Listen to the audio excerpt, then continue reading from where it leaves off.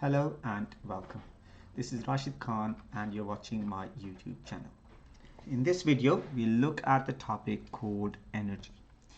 Now there are three aspects of this. The first aspect is about energy resources, right?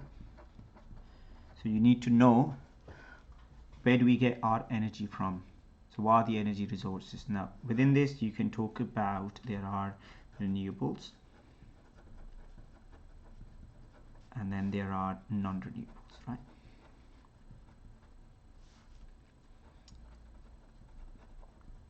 So you will need to know what are the renewable energy resources. For example, wind, solar, geothermal, they are all renewable.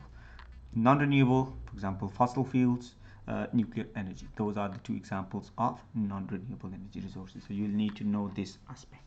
The other aspect within this topic is the energy transfer.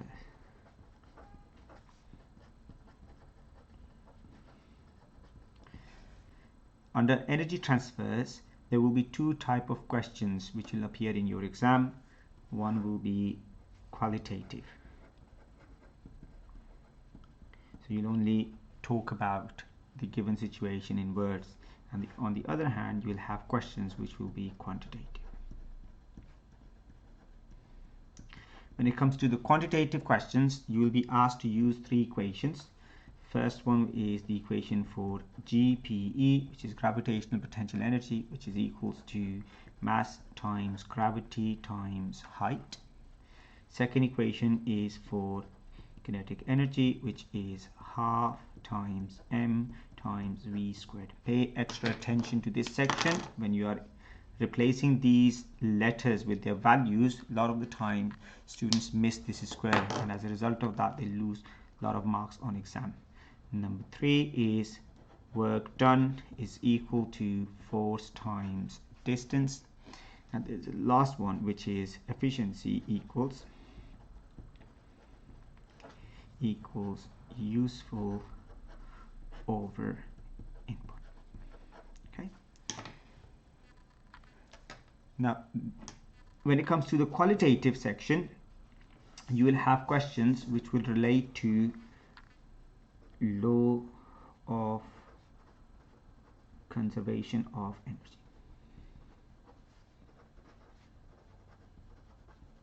Okay, what does the law of conservation of energy says? It says that the input is always equal to output, right? Input is always equal to output. There's another way to write this.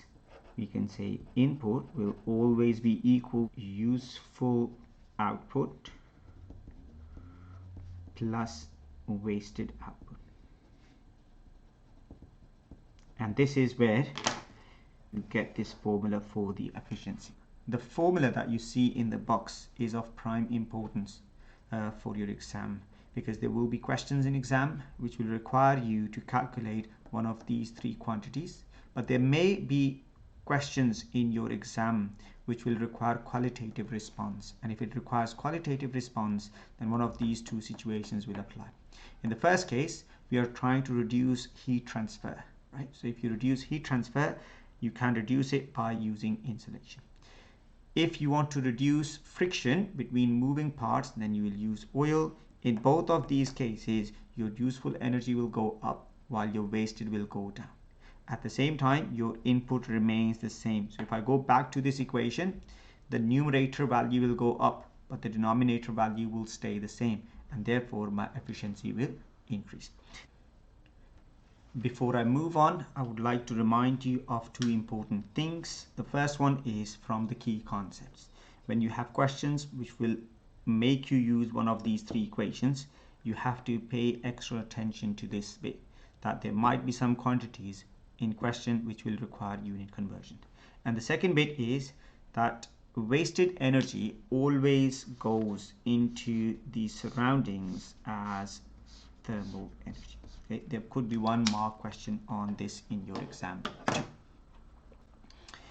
Now there will be some questions which will require you to combine these two concepts, and those will be a bit more harder questions, right? So they'll carry more marks. So qualitative and quantitative merged together. Let's quickly have a look at those type of questions. So you can say we've got concept again of law of conservation of energy.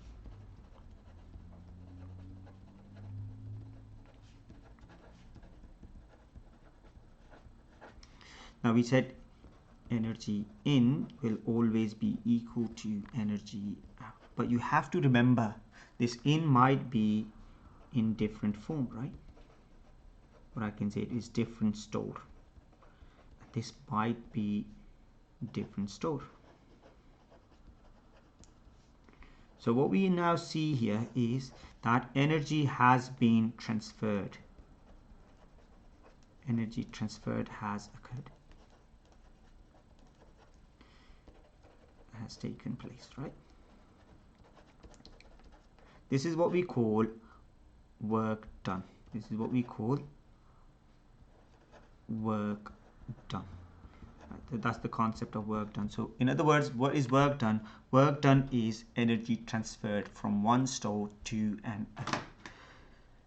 Let us have a look at this example.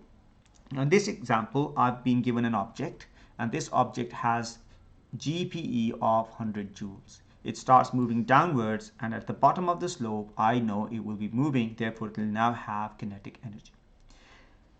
So for this situation I can say that the GPE will have value which will be equal to KE provided no loss of energy has taken place.